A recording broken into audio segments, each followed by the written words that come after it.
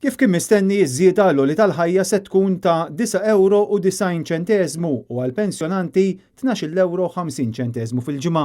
Il-ġenituri se jieħdu 90 € għat-tfal bħala għajnuna u l-istudenti se jingħataw euro fil-ġimgħa. Dwar it-traffiku ma semma assolutament xejn fil-budget ħlief illi se jiddiskuti u dwar l-Air Malta il-Gvern ma tax assigurazzjoni li se jżomma.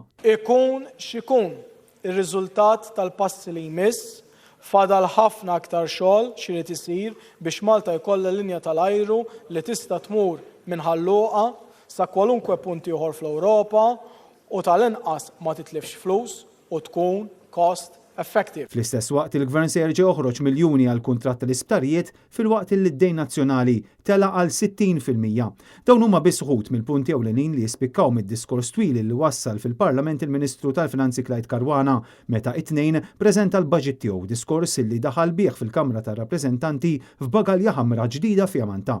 Waqt diskors partiġjan tal-intom u aħna, il-Ministru Caruana konferma li mill-Unjoni Ewropea se jaslu miljuni li se jmorru għal proġetti u inizjattivi importanti. Fil-waqt li ammetta li 80,000 persuna jinsabu f'riskju ta' faqar, Clyde Caruana qal li l-Gvern tiegħu se jnaqqas il-faqar b'0.4%. Waqt il-budget Clyde Caruana ma offra ebda strateġija dwar kif il-Gvern se jindirizza l-isfidi fuq il-kwalità tal-ħajja tal-familji, l-anzjani, iż-żgħażagħ, l-istudenti u l-ħaddiema ta' pajjiżna. Dan meta fil-preżentazzjoni tiegħu ma ħabbar ebda settur ekonomiku ġdid li jista' joffri pagi aħjar u jobs ta' kwalità. Il-Ministru fil-waqt li mar lura fl-istorja għal 120 sena ilu u anke għal żmien it-tieni gwerra dinjija ma qal xejn lanqas dwar in-nefqiet bla rażan illi għadhom isiru f'positions of trust u direct orders kontroversjali. Għalkemm hemm setturi fejn il-Gvern qed jissikka ċ-ċinturin fosthom fl-università.